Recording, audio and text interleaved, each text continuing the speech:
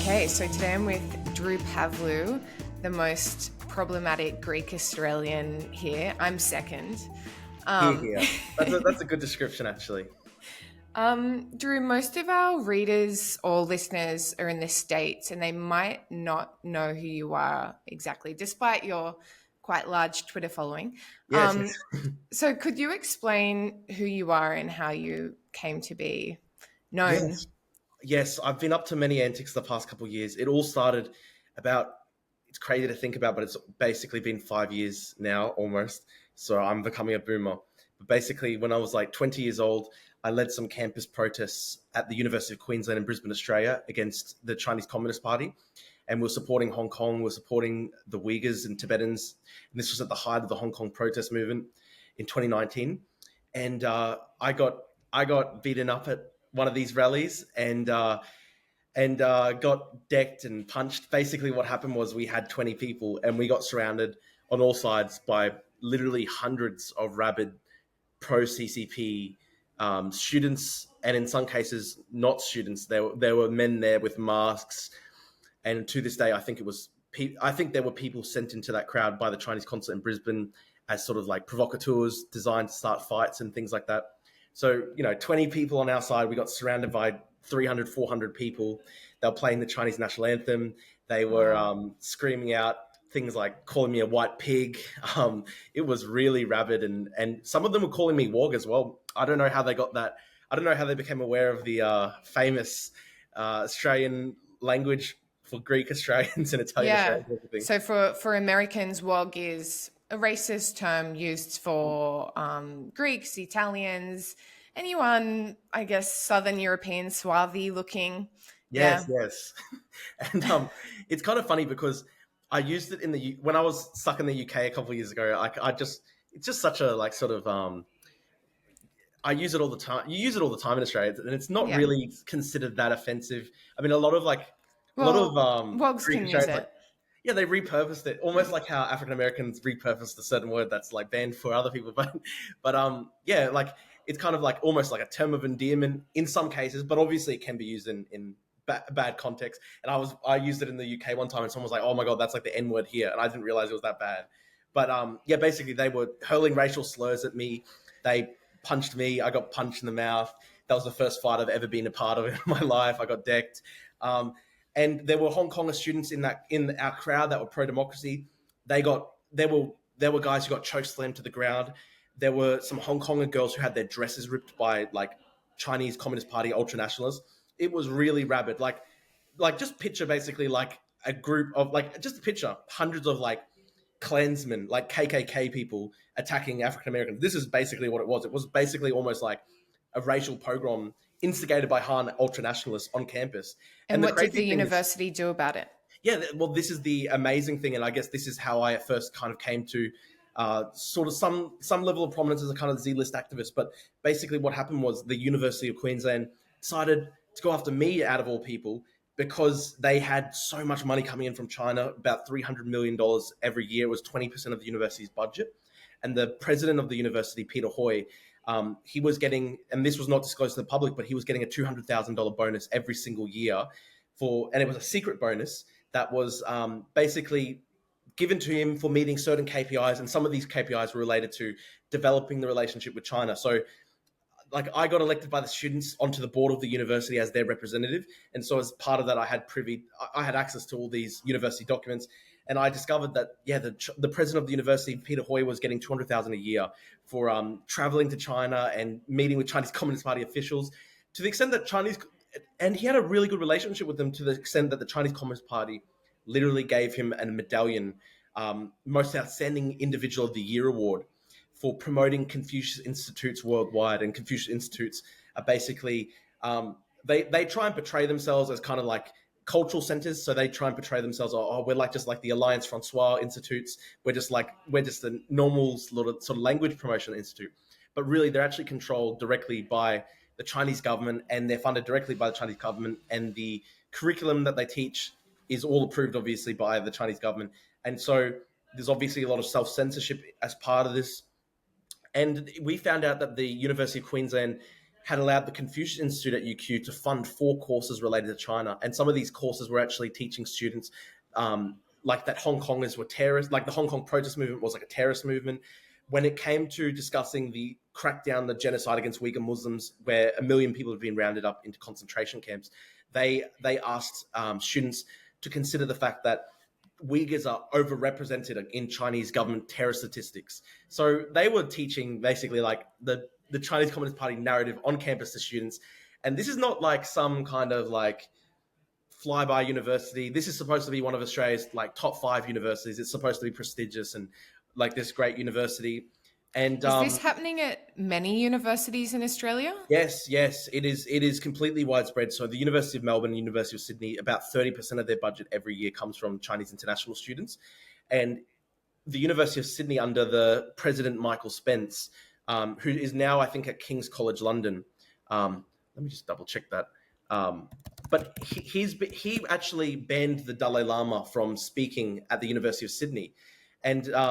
And that was related directly to the fact that they had a huge portion of their budget coming from China. So we're seeing a massive amount of self-censorship. There was a lecturer at UNSW. So she was actually also working for Human Rights Watch, and she made some statements regarding the Hong Kong protest, the crackdown on the protests in Hong Kong. And the university highlighted her statements in a kind of like, I mean, they regularly promote the statements and the work of academics when it comes to, public-facing research and everything. So they did like a short little blog post about her on the UNSW website. And there was a petition by Chinese ultranational students to condemn her and sack her and stuff like that. And UNSW then released 2 separate statements. They released a statement to the Chinese students saying that they were deleting the website, deleting the blog post and censoring it basically. But then they released a statement in English saying, we support free speech and everything. So as basically my case, where the University of Queensland cracked down on me, they actually ended up spending about $500,000 in Australian taxpayer funds to try expel me from campus. So it was pretty crazy. They brought in 2 of Australia's top 4 law firms, and they initiated kind of like an investigation into me. And we did freedom of information requests. They compiled like 13,000 pages worth of documents on me in like 2 months. So they were combing through my entire social media, just trying to find anything that they could use to pin me on. Obviously, there's a very broad student charter that has a list of like requirements of students, and it's very broad. So if they want to spend $500,000 constructing a legal case to kick a student out for political reasons, it's very easy for them to, just trawl through 3-4 years worth of their social media history and just smash them. And that's what happened to me. And they had all these really trumped up charges. It was a full on kangaroo court. Basically, they had one charge that said I had stolen a campus pen I had stolen a pen from a campus art shop. So like a $2 pen or whatever it was, they said that I'd stolen it because I had taken notes with the pen. I went into the campus art shop, I took down notes of the pen, and I put it back on the shelf without paying for it, and like 50 cents worth of ink. And they were saying that this was a serious level 3 expulsion worthy offense. And like the crazy thing is like they don't even expel people for like rape and like actual criminal offenses and stuff like that. Yeah, but they I was listening to another podcast where you were speaking, and someone didn't even get expelled for like torturing a cat or something. They That's just kept going to uni, no worries. Whatever happens outside of uni, you can torture cats, you can do whatever. My God. That was a crazy incident where, there was actually like, I think it was a Chinese international student actually. And the RSPCA prosecuted him because he brutally tortured a cat. I think he actually like put the poor cat in like an oven or something just so hideous and horrific. And he didn't get an expulsion case against him. It's fucking crazy, to be honest. So the university spent $500,000 going after me. And I think the reason they really, really wanted to get me was like, it was one thing for me to lead protests on campus and everything, but I escalated to the next level where the students of the university actually elected me to be their representative to the board. And then I had access to all the university's like secret documents, and I could find out that the stuff that they literally were giving the university president $200,000 a year for deepening relations with China and stuff like that. And at that point, they just wanted to have full scorched earth against me. And the crazy thing is, and it's almost unbelievable to think about this 3-4 years later, the Chinese government, through the Global Times, which is a state-controlled sort of propaganda media blog, and really the equivalent of it is probably like Fox News. Like it's kind of like, it's like a really nationalist kind of paper. and they've like threatened to like nuke Australia and stuff like that. Like, it is a really hardcore, crazy blog. And they actually had Global Times say, we've interviewed Chinese students on campus, and they all want Drew Pavlou expelled, and this is what we need to see happen because this guy is a racist and he's leading riots on campus. And so it was basically the official Chinese government position that I should be expelled from campus. And it's crazy because, like, to this day, people, like, I get heaps of trolling online from pro-CCP people, and they often go like, oh, Drew pretends that he's been persecuted by the Chinese government. They don't care about some guy in Australia. How could they just care? But they literally had Chinese government-controlled state media organizations saying, expel this guy from university. Well, tell our listeners what you told me when we talked last time about the bomb threat thing. Yeah. So this is by far seems to be the worst. Yeah, this is like the craziest thing that happened to me. And to be honest, it kind of unfortunately led me to, in a way, really change basically my activism and stuff like that. So like, I don't really do like in-person protesting anymore and everything, like, because of what happened. Basically, that whole UQ thing happened, and they tried to kick me out of university. I was very lucky that one of Australia's best lawyers like represented me for free and fought back. And in the end, they suspended me for 6 months, removed me from the university senate, the board of the university. They kind of won, but they didn't completely win in the sense that I wasn't fully expelled for life and everything. And it sucks because they never really faced any consequences for that. And Peter Hoy went off to the University of Adelaide. He's the president of another like top 10 Australian university, and he's getting like $1 million a year. The chancellor who helped organize it, Peter Varghese, he got a 4-year contract extension. No one got it punished at all. And to be honest, there was even another crazy part where the Chinese consul general in Brisbane, who the university had appointed as an honorary professor, which is crazy, he actually had put out a statement endorsing the violence against me, and they did nothing to him, but they went after me. So just crazy thing. But it actually escalated to a point where, I got like unjustly imprisoned in London on like false terror charges, and it was fucking terrifying, to be honest. Basically, given who I am as a person, and it's probably the Greek Australian in me, like they smashed me, and I thought to myself, I can't just let this, I can't just take this lying down. I've got to just basically dedicate my life to protesting against the Chinese government, like to punish them for trying to go after me. So it was almost like, obviously I'm motivated by noble concerns about human rights and everything, but also to an extent, it was also like, how dare they, try and get me bashed up and death threats against my family and all this stuff. But you've got balls. Like, this is a government who disappears people, Look, obviously, I'm very lucky in the sense that I am, to some extent, protected by my Australian citizenship. So it's way worse for my Tibetan friends, Uyghur friends, Australian, Hong Konger friends who live in Australia. They're Australian citizens and stuff like that. But they still get calls in the middle of the night from Chinese police, threatening them, telling them to come back to China to face charges. Like I had Uyghur friends that were called in the middle of the night by Chinese police and everything. And here in Australia, they're Australian citizens because they had been photographed at protests and stuff like that. And I guess it was just the outrage of all this, the fact that they went after friends, the fact that they had death threats against my family, the fact that they tried to get me, like those guys tried to bash me, the fact they tried to get me kicked out of university for life. And I was a great student. I had such good marks back then, and I was 6 months away from graduation. And you study law? Is that right? I'm studying law now. Back then I was doing history and philosophy and stuff like that. Okay. And it might sound funny, but my dream at the time was to try be an academic. Like I wanted to try do a PhD at Oxford or something like that and be like a historian. I was really, really into my studies. I loved history. That was my dream back then. And then the university poisoned that forever with what happened. But basically, I just decided I'm going to become a full-time protester against these guys because I was so outraged by their conduct. And I ran for election. We had a small political party in Australia, and it was a protest party dedicated to fighting against CCP interference and influence in Australia. And we had Tibetan Australian candidates run and stuff like that. And it was all we protested the Chinese ambassador's maiden speech to Australia, disrupted it with 10 different people. We every 5 minutes someone would stand up and start yelling, and they'd have to get carted off, and his whole speech got destroyed. And so obviously at a certain point, I think they really wanted to bloody my nose because I was obviously becoming very annoying to them, and they had failed to try permanently expel me from campus. There was even a point where, again, people laugh and they go, oh, they don't actually care about Drew. This guy's just schizophrenic. He thinks that the CCP is after him. But there was a point where the Chinese foreign minister the spokesperson for the Chinese Ministry of Foreign Affairs, who does like international press conferences, Zhao Lijian. He ended up getting dismissed. He was very infamous because he posted a photo, an AI image or a cartoon image of an Australian soldier slitting an Afghan child's throat. I remember That guy, he's a hardcore ultranationalist wolf warrior. Ended up getting dismissed, which was really funny. But he actually randomly brought me up at a press conference. Like, no one had even asked about me. And he just said, like, oh, well, this in particular is a lie propagated by the anti-China element Drew Pavlou and stuff like that. So, and they accused me of being paid by the Taiwanese government. And this was when I was still like 21 years old. Like, this was like back in Everyone 2020. accuses you of getting paid by everyone. Yeah. It's funny. These days, they accuse me of getting paid by Mossad, the CIA, Taiwan. Man, it'd be awesome if I did. I wish they could be like, you know, parachute dropping the golden bars to me every day. But okay, so the bomb threat. Yes, the bomb You're threat. in London. So that was, I just sort of, I guess I was trying to explain a bit of the context. I was like, hardcore, I'm going to protest these guys for the rest of my life. And I went to London. I protested the Wimbledon men's final.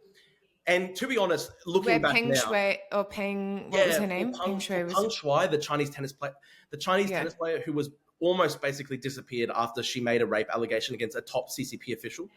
And to this day, she's kind of like, I mean, I guess she can move around freely inside China, but she always has minders. She can't speak. You can't look her up on the Chinese internet and stuff. Like, imagine like the equivalent of, like, she was like right up there as one of the most famous Chinese tennis players, one of the most famous athletes in China. Imagine just like Serena Williams just being like disappeared and you can't even Google her name anymore. Like, this is what they're facing. And looking back, my protest tactics were pretty annoying because I probably was like kind of, I've never been like fully left or whatever, but back then I was much more lefty. And I guess I was like, I looked at Extinction Rebellion's tactics and I was like, how come no one does this against the CCP? And so I like was, to be honest, I now look back on it, I'm like, I was pretty annoying and it was probably too far and stuff. I actually wasn't trying to disrupt the men's final, but like I basically got up and it was like in between like you know how they have like 3 games and then they have a drinks break? I got up during the drinks break and I just held up like a sign that said, where's Peng Shui? And literally the second that I held up the sign, they must have been watching me and they must have known who I was because I'd also protested the Australian Open. And they basically like grabbed my wrists and there was like 4 guys suddenly around me, grabbing me. And I was like, shit, I've already flown here. I spent a lot of money to try to get into the Wimbledon. I have to do something. So I just yelled out like, where's Peng Shui, as loud as I could. And I didn't realize that the game had actually resumed by that point. And so there was like kind of like a brief disruption of like, I guess 30 seconds. And I think everyone just thought I was an Extinction Rebellion protester and like clapped when I got carted out. And like, I don't know, it's kind of sad because I think if people realized that I was doing it for like a Chinese tennis player who had been essentially kidnapped, I think people would have been more sympathetic. And it's kind of funny because like Prince William was in the stadium and like Tom Cruise and all these like famous people and like Djokovic and Kyrgios like looked up in my direction and just for like 10, 20 seconds, I was a very annoying person in the lives of, I guess, a lot of famous and important people. And I got like pushed down the stairs by security and like smashed up against the wall. They were pretty brutal. So I was an annoying protester back then. And I was just sort of like, I hadn't had a plan when I went to London. It was just to do the Wimbledon thing. And then like I was looking to get flights back to Australia after that happened because I didn't really have anything else to do. And the prices had gone up to like $6,000 because everyone in Australia loves to go off to Europe in the summer. So I was like, shit, what do I do? And I just was like literally couch surfing with my mates in London. Very lucky there's a lot of Australians in London. And I just was literally bored. And I was like, oh, you know what? I'll go to the Chinese embassy because the Chinese embassy like fronts up right onto the street. So this is the difference, right? Like in Australia, the Chinese embassy is a military compound where it's like a kilometer back from the street. It's a whole compound with high walls and gates.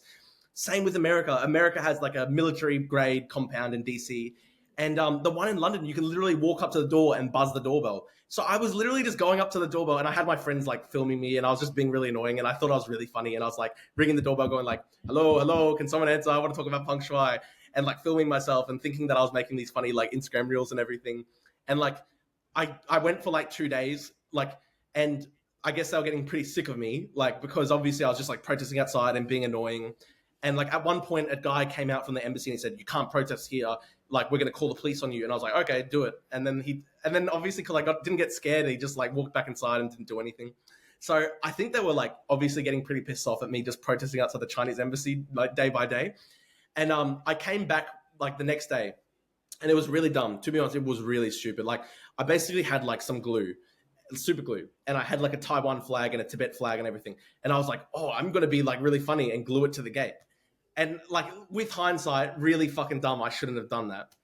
And because it's like property damage. It it's crosses a like line. it's 30. It's like 30 pounds worth of property damage, I guess. Like I told the police I'm happy to wash it off, but anyway, it was dumb. I shouldn't have done that. However, what happened though was pretty cooked, and I think they went pretty. I think you can argue that they probably went a bit far in their response to me. So basically, somehow they knew that I was coming that day, probably because I kept on coming and like annoying them.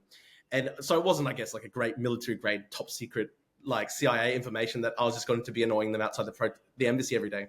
I went over, I had my friend filming me and stuff like that. I'm thinking, oh, I'm such a funny guy. I'm protesting, blah, blah. I'm so radical. I'm Extinction Rebellion style. And then like suddenly, it's not good. Like I hear the security guard going, the embassy's under attack. The embassy's under attack into his radio thing. And I'm like, oh, what the fuck? And I told him like, I'm a peaceful protester, man. Chill out. And then suddenly, like, all these diplomatic police pull up, and they're obviously all like armed and everything.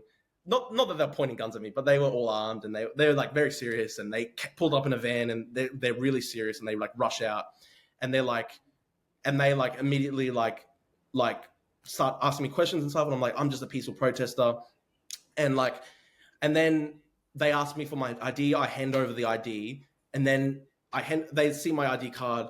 They get my name and everything, and then immediately they grab my hands and they put my hands behind my back like that and arrest me. And they put me in a rear stack handcuff position. So like your arms are like that, really high up your back. It's almost like a stress position. Ow. And they basically only do that for like violent, like people suspected of like being violent and stuff like that. And so when they arrested me like that, I was like, what the hell? Like, there's no need for handcuffs. I'm a peaceful protester and stuff like that. And they're like, just shut up. And then the guy filming me, my mate, they also arrest him and put him in cuffs and take his phone and stuff. Like, what the hell? He wasn't even doing anything. He was just filming. And so they just like frog march us up against the wall, and we're just waiting there for 30 minutes. And it was getting really painful because it's like a full on stress position. And I was like, come on guys, like please please can you just like recuff me? Put my hands at least in front of me. It's really painful. They're like, shut up. Like you'll do what we say and everything. And they were like quite brutal and everything. And I didn't understand why they were taking it so serious. And eventually the cars pull up, they bundle us into the vans and everything. They still kept me in a rear stack handcuff position for the entire ride to the police station. So in the end, I was in that position for like 2-3 hours, like a stress position. It was very painful. I kept on asking them, can you please recuff me? And I was like, at one point I said like, you guys did this intentionally to make it as painful as possible, right? And they're like, shut up or we'll make it worse, basically. Like, and this was recorded on body cam footage, and there was an ultimate investigation, and Met Police were like, yeah, we shouldn't have said that, but there's not going to be any consequence for that officer. In the end, basically, they held us for processing. It was like 3 hours by that point. They hadn't even explained why they had taken it so seriously, why they were arresting us. I didn't think I was going to get arrested that day, so I was not prepared for any of this. And like, it was at that point I overheard one of them say, oh, we've got them for what was it? They were like, we've got them for conspiracy, we've got them for trespass, we've got them for criminal damage. And I was like, conspiracy? What the fuck are they talking about? I literally just asked them, like, what do you mean conspiracy? Like, they were like, and I overheard them, they're like, conspiracy to commit false information. I was like, what the hell? Like, are they going to say that like I'm lying about what's happening with Tibet? I know that the British police are a bit cooked, but I didn't think they were that cooked. I actually just asked them, like, what do you mean conspiracy? And then they're like, oh, don't play dumb with us, mate. You know why you're here. And I was like, no, I literally don't. Like, what do you mean? What do you mean? And it was at that point they told me why I was being arrested and treated like a terrorist suspect. And it was because they were like, well, we came over early in the day that day, like at 10:30, the embassy called us in, and you sent a bomb threat in your name, Drew Pavlou. And I was like, what the fuck? And then I was just shocked. I was trying to think, like, what the hell happened? What I don't understand. And then like after like 20 seconds, it hit me. And I was like, my God, these motherfuckers, they actually got me really, really bad. And I was so shocked. And I realized what it was, because back in 2021, so like this was like a year before, my emails had been hacked by a Chinese IP address in Hong Kong, like a Hong Kong IP address. And they were sending out like false spoof emails from in my actual name and stuff like that, death threats to people trying to get me in trouble and everything. And it got so bad, like I ended up having a cybersecurity company like investigate my entire email, look into it all, and they found the Hong Kong IP address and everything. We found out like the earliest known date of the breach was like January 6th, 2021. And that then it worked. We worked it out because like 3 days later, my Uyghur friend in Australia, his mum had been taken to a camp and like re-education facility, and we didn't know why at the time. And then I realized like oh my God, we think it's probably because we had been in contact. Because when we realized they had my emails from January 6th onwards, I had communications with this guy. We were talking about his life in back in China, his family, all this stuff. And I was actually compiling like part of his story and giving it to Human Rights Watch, which was doing a research investigation into like foreign interference and threats against Uyghur Australians, Tibetan Australians and everything. So they hacked my email January 6th. January 9th, my mate's mum got taken to a camp, like a re-education facility, which that was one of the worst experiences of my life. And I was just so sick. And honestly, at that point, I had thought about giving up everything with the protest. And my friend said, oh, please keep going, because like they would do this to my mum regardless. They always try and invent excuses to take people's families. They're always trying to threaten people. Please keep going. That's what my friend said to me. So I kept going. But it was the worst experience of my life up to that point. And when it then clicked in my head in the forecourt of like that police station, Hammersmith police station or whatever it was in London, my God, they've done the same thing to me again. And eventually they wouldn't show me the email until about 3 a.m. They actually, they held me incommunicado as a terror suspect. So incommunicado, you can't talk to a lawyer. You can't tell anyone where you are. You can't contact the Australian High Commission. Like I was basically being held in secret because they thought I was like a terror suspect. And they thought that if I contacted someone, even a lawyer, they could go out and destroy evidence and stuff like that. So I was being held like legit as a terror suspect. And eventually like they interviewed me at like 3:30 a.m. in the morning without like a lawyer present at 4:30 a.m. You know, were like, you separated from your mate? The video, separated guy? from my mate. Yeah. And my poor mate, like for some reason, he even spent longer in the prison cell than I did. I think they ultimately let me go after about like 23 hours because I eventually, like after like 22 hours or whatever, they realized like they had to give me access to a lawyer or whatever. And I got through to someone, and I kept on insisting for my legal rights and everything. And like, I like, they had to give me like a sheet outlining all my legal rights and stuff like that. I started like smashing the door, like demanding my legal rights and everything. And I ended up causing almost like a prison uprising because everyone else in the ward started banging on their doors too. And everyone started yelling and everything because I was yelling. And I think maybe they thought this guy's just annoying, get rid of him. So eventually I think they worked out like, this is just bullshit. There's no evidence against this guy. We can't actually hold him, let him go. After like 23 hours. But like I slept in a police station that night. It was pretty fucking terrifying. I was thinking at the time, like, my God, I could end up being in custody for weeks or something like that. And I was thinking like, my God, what is my mum going to think? All my family members, my friends, like I've just disappeared from the face of the earth. No one knew where I was. And yeah, it was very terrifying. They had told me that I was facing 12 years in prison. So like 7 years for a bomb threat and 5 years unless, and they said 7 years for a bomb threat. And then they told me to hand over my phone PIN to them so they could go through my phone. And I was thinking to myself, fuck no, I've got all these contacts with like Uyghurs, Tibetans, Hong Kongers. I don't trust these guys. I'm not giving over my phone. And they said, if you don't give us your PIN, that's another 5 years for obstructing justice. So they told me, like they hauled me in at 4 a.m. for an interrogation, like lights on in my cell the whole night so I couldn't sleep. And they like told me in the interrogation, like it's 12 years you're facing. So I was thinking, my God, like I could end up being in custody for even months potentially in the UK while something has worked out. While people, it was so fucked. You know, it was like legitimately such a cooked experience. And eventually, yeah, they let me out after 23 hours because I just kept on banging on my door until they eventually let me go. And then like, but it was horrible. They let me out onto the street in London, and I had just like 20 pounds in my pocket, and they had my phone. And I didn't know what the fuck I was going to do. So like I just called someone at a payphone to pick me up. And then like eventually I got home, I got to my laptop, and like I just told my mum and stuff like, oh my God, like this is what happened, everything.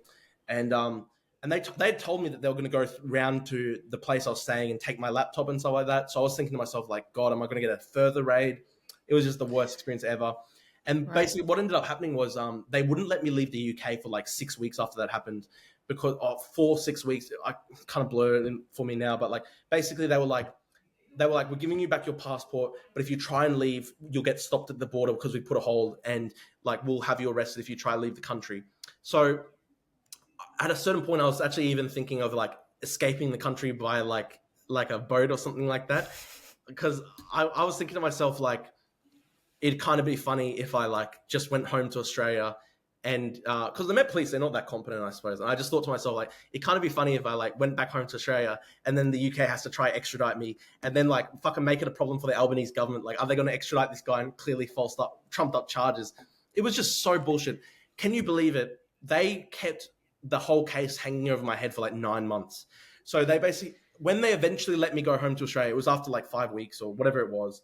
They eventually contacted my lawyers, and it was so bullshit. I had to spend like thousands and thousands of pounds on lawyers, and they were just so exorbitant. They even just to send letters to the police asking if I could get my phone back, asking if I could go back home. And eventually they were like, Drew can go back home to Australia on the condition that he return on October 17 or whatever the exact date was, October 16, October 17. He has to be there in person for an interview at the police station. It can't be via Zoom. It has to be in person. So they told me I had to fly back to the UK. And so, like, and obviously that's thousands of dollars, and it's just like really annoying. And I ended up having to like defer my studies for that 6 months and everything. And when I was flying back to the UK, I was thinking to myself, like, I legitimately thought, okay, there's going to be a real chance that I get arrested at the airport. I might end up being in custody for weeks while I wait like a hearing date or something like that. I thought, like, my God, if they're insisting that I literally return in person, that surely they're going to arrest me. That's what I thought. And I was saying goodbye to my parents at the airport, thinking, my God, am I not going to see them again for a year? My elderly grandparents, my bapu and yaya, I was saying goodbye to them, and it was very emotional because they're quite old now, and I was like really scared. Like, what if I never see them again, you know? And so it was a really scary, dark time. I fly back to the UK. I get to the line at the airport, and my passport's not working, and I had to go into the solo line and everything. And I was thinking, my God, at this point, I'm 100% getting arrested. So I had like the scariest like 30 minutes of my life, just waiting around in a line at the airport to try talk to someone in person. I thought 100% I'm getting arrested. But eventually they let me through. And would you believe it? I get back to the UK, and like I'm waiting around for a couple of days. I was very lucky. Like the Oxford Union actually invited me to speak. So I gave a speech to the Oxford Union, which was probably like one of the highlights of my life and everything, which is very cool. But, you know, I'm waiting around, and I'm obviously terrified and everything that they're literally going to arrest me again, that there's going to be a trial and everything. Believe it or not, I actually talked to the Australian QC KC barrister, Jeffrey Robertson, the famous human rights guy. And he told me he would represent me for free if it went to trial. So I was like fully expecting this to go to trial and everything. And then the night before I was supposed to go back to the police station, they contact my lawyer and they're like, oh, we don't need to see Drew anymore. We'll tell you when he has to fly back to the UK next time. And I'm like, my God, these people have trolled me so hard. All that stress and the terror of like flying back to the UK, expecting that I'm going to get arrested at the airport, going to trial and everything. And they're trolling me now. That was so, so frustrating. And in the end, I fly back to Australia and everything. I hear nothing from the Met Police for months and months and months. And it ends up being like March the next year. So after like 6 months of me, another 6 months of me thinking like, my God, am I eventually going to get charged? Am I going to have to fight in court to try and prevent myself going to prison? Eventually they didn't even inform me. They informed some journalists, oh yeah, we've cleared Drew of all charges, no further investigation. And I found out from a journalist one day, I was just like chilling, and someone called me up and was like, how do you feel that the Met Police have dropped charges? I was like, what the hell? What do you mean? They didn't even have the dignity. They didn't even have the guts to tell me directly, tell my lawyer directly. So that was the worst experience of my life. And would you believe it? When I came back to Australia, the bomb threats kept on going. They kept on doing bomb threats against me. They were sending it out to random places around Brisbane. They did bomb threats against my mum and my dad, just random bomb threats around Brisbane. Saying that your parents were got a bomb threatening. in place, trying to get my parents arrested and everything. Didn't they have a ransom? Like, yes, they said they wanted your mother dead, and they pay people. This is the cool thing. It just kept on escalating to the point that it was so crazy. Like at one point, they started sending out emails, and they forwarded the email to me to just mess with my head, and it was basically like $50,000 in Bitcoin to whoever kills Drew's mum, Vanessa Pavlou, like their actual names and everything. Whoever kills his dad, whoever kills his brother, 50,000 to whoever kills Drew, and make sure you torture him first and cut off his fingers, cut off his toes and stuff. Like it was just sick stuff. And at this point, like I was going to the Australian Federal Police, like, what can you guys do to protect us? And they had to visit my family home, and they had to like talk to my parents and everything. It was like terrifying. And it just unfortunately got to the point where I was legitimately like, I actually just can't, like, I can't keep being a protester like in the way that I once was. And basically my family was begging me to stop. My loved ones were begging me to stop. And I said to them, like, okay, like, you know, I'll always be like a critic of the CCP. I'll sort of like, you know, I'll be big on Twitter and everything, and I'll criticize them a lot on Twitter, and I'll have a big online presence and stuff, but I'm not going to like do like, you know, like activism in person like I was doing it. And it's the threats have calmed down? Sorry, what'd you say? The threats have calmed down since Well, that's then? the crazy thing. To be honest, I actually Harassment? haven't even calmed down. So, like, to this day, like, and I'm not even like doing in-person protests anymore. The Chinese, would you believe it? The Chinese foreign minister came to Australia just a month ago, and it was like the first time a senior CCP official had visited Australia in like 8 years, even before I was a protester. And like the old Drew would have loved to go and protest there, but I actually didn't because I was trying so hard to be like, I am a changed man. I'm studying law now. I'm going to be calm and mature and everything. So I'm not even doing these protests anymore. Drew's become more mature and everything, but still the crazy threats continue. And like So I've had to be in yeah. I've had to be in constant liaison with the Australian Federal Police and stuff like that because there's just like constant threats against my life. And yeah, What's your goal with studying law? Like, what are your future plans? Is yes, it it's politics? yeah. Look, it's a tough one, right? Like, look, one day I really would like to be in politics because I want to change things. I genuinely think that like when it comes to the CCP and when it comes to like the battle against the dictatorships, like I think like Russia, Iran, China, they've formed like basically a new axis of steel against like democracies. And I really think that like we've got to be stronger in combating foreign interference. We've got to be stronger in building up like our national capacity, building up our ability to fight back against this. Because I honestly think, sadly, I think it's a situation somewhat analogous to the 1930s where we're heading into some dark times where these dictatorships are on the march. And I've become like a huge supporter of Ukraine. When the war broke out back in 2022, when the full scale invasion took place, and I guess this was like when I was much more like active and a bit more like crazy with my acting and stuff. Like I dropped everything and I went over to Eastern Europe to deliver supplies and stuff. And we went to like we visited Lviv and everything, which was like only a couple weeks into the war. And I wanted to go on to Kiev just after they liberated the suburbs of Kiev. And my parents basically were like, if you do that, we're disowning you. So I didn't do that in the end.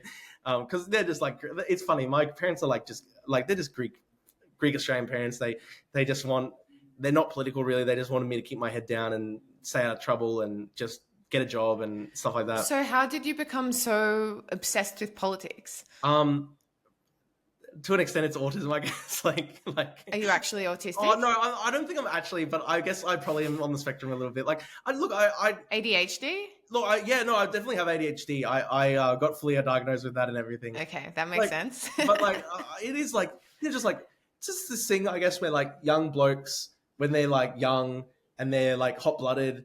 And normally, like, a century ago, maybe they would have gone off to like fight in battles and everything. And like, I just thought like I've got to be like I've got to fight against injustices wherever I see it, and I've got to like stand up for something. And legitimately, when I was reading about like what happened to the Uyghurs and the Tibetans and everything, like I was like when I was a teenager, reading about the Holocaust like really really deeply impacted me to the extent that like I'm a little bit of a weird person, right? Like I get really obsessive about like politics, and it's hard for people who are just normal to understand because like they don't really get it. They're like, you're not Chinese. Why would you drop everything in your life to like care so much about this issue? And it was just like kind of like the fact that like, when I was 12, 13 years old, I would read so much about the Holocaust and I watched Schindler's List and stuff like that. And it like really haunted me. And I like made a pact with myself, like, should these things ever happen again, I need to make sure that I fight against it. I don't want to be somebody who just was silent in the face of atrocities and everything. That was honestly how it was. And I visited the Melbourne Holocaust Museum and I met a guy, Willie Lerma, who had an Auschwitz tattoo, and he had actually like known the Auschwitz camp commandant Eamon Goethe, he's an infamous character in Schindler's List if you watch the film and read the book. And he was so brutal, and he was telling me about his experiences and everything. And also just even in school, like I did some big sort of like research project on Rwandan genocide and everything.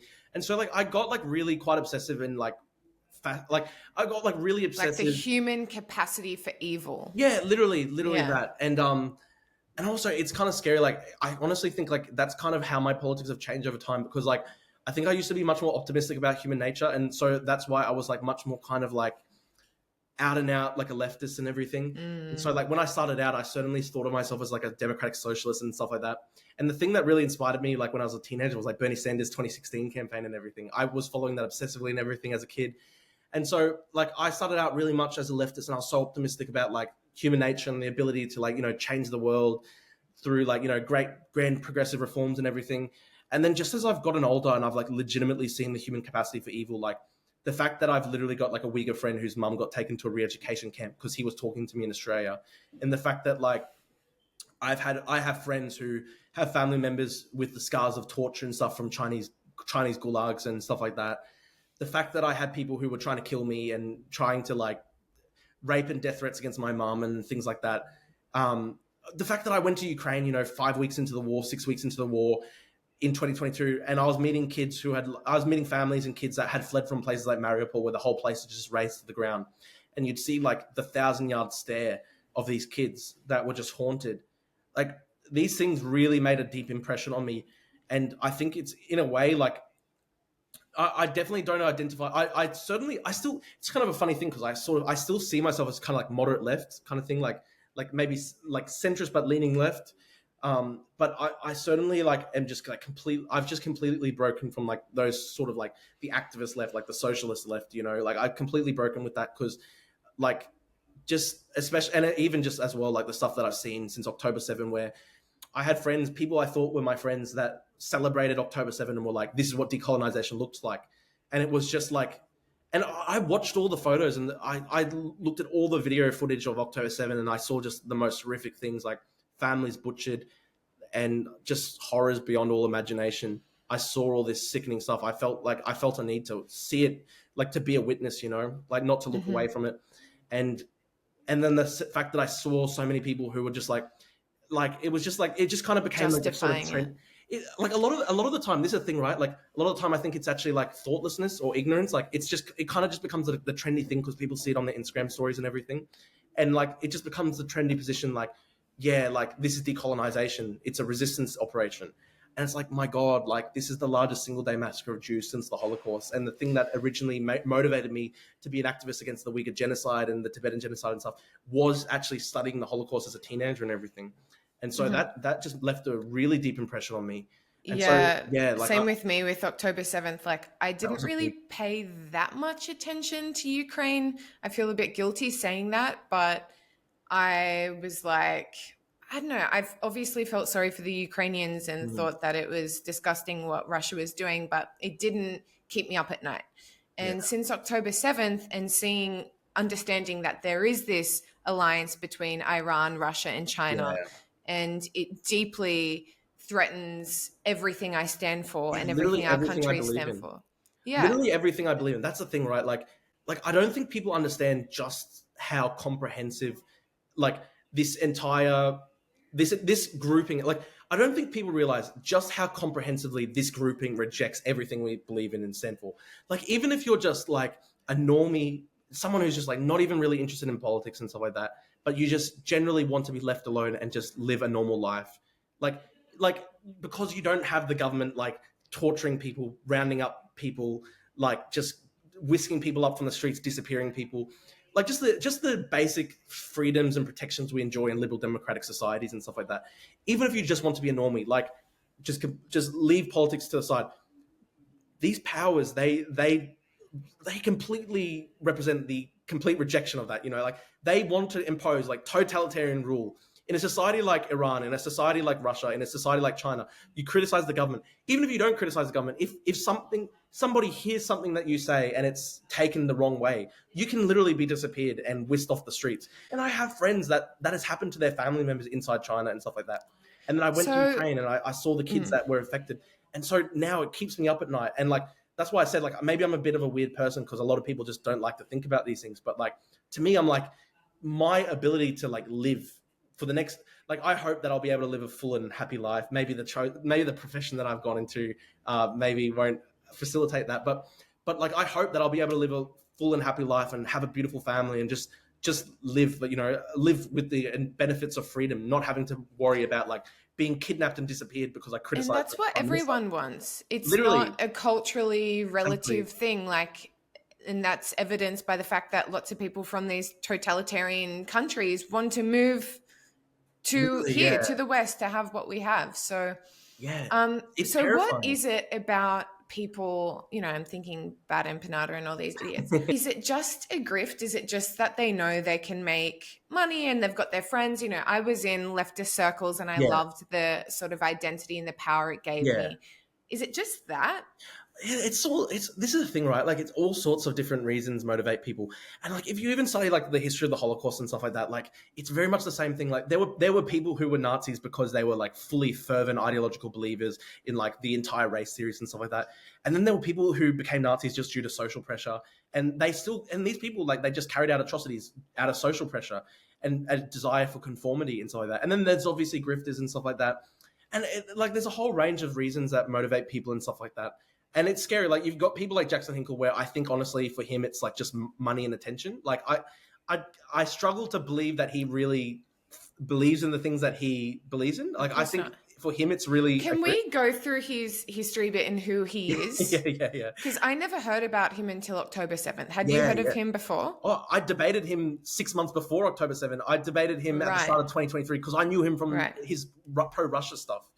So this is the crazy. So he's always been pro-Russia. Okay. So this is the thing. Like, he blew up on Twitter after October 7th because he was like really pro-Hamas and everything. And I guess he was just like generic. Honestly, it's just because he looks like this is going to sound dumb, right? Like, there's a certain category of like sort of like leftist influencer, and you've got like Hassan Piker, and you've got like Jackson Hinkle and stuff like that. And like, these are guys who, like, you know, I guess they're conventionally good looking and everything. And so people are like, oh, like, they just hold them up as like avatars for their movement and stuff like that. Cause like, it's because a lot of people are just literally dumb and they just like can't even get beyond phrenology. So like, they're like, oh, this guy is a critic of China, but I can make fun of how he looks, therefore blah, blah, blah. Anyway, there are people who like literally just hold them up for those reasons. And I think that was part of it. Like, Jackson Hinkle's like a blonde, Aryan looking guy who's supporting Hamas. Literally, his main support, like his main following, I think, is definitely outside of America. Like, I think it's mainly like people in the Middle East, and like he's just got like all these random followers from like Pakistan, bots. And all these Russian bots, and like he's got like followers all from like Morocco and Pakistan and stuff like that. And I think it's partly like, here is like a white Aryan guy who's like backing my cause to the full extent. I think it's partly that, and it's like so I think it's partly that. That's why he became so famous and everything. But originally, I knew him because he was like a MAGA communist, and basically, it's this really grifty thing where like they identify as Stalinists and like Marxist-Leninists and stuff like that, but they support Trump because they think Trump is going to like usher in. It doesn't even make sense. It's just like complete stupidity where like they position themselves where they're against wokeness and everything, but then like they support like legitimate Stalinism and all this cooked stuff. And it's just weird. It's a stupid, weird ideology. I knew him because he was like advocating like full-on genocide against Ukraine. Like, I had a full debate with him and he would just laugh. Like, I'd bring up like just all this evidence of Russian atrocities. Like, there was one really psychopathic moment where like I brought up the bombing of Mariupol Drama Theater, where basically 1,000 civilians had hunkered in the basement trying to like flee the Russian bombardment. And they had written in Russian characters outside in Cyrillic, they had written children on the pavement, basically trying to say, this is a humanitarian designation. This is a humanitarian zone. The Russian pilots bombed it from the air and about 1,000 people died.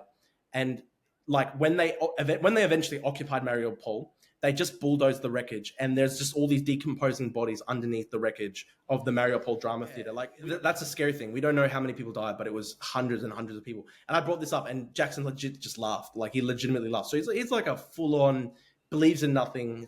There is legitimately a new ideology that's arisen, and I think it's basically like, I think Konstantin Kissin said this, and I know he's like more conservative, so for me to like cite him, I'm going to get cancelled or whatever.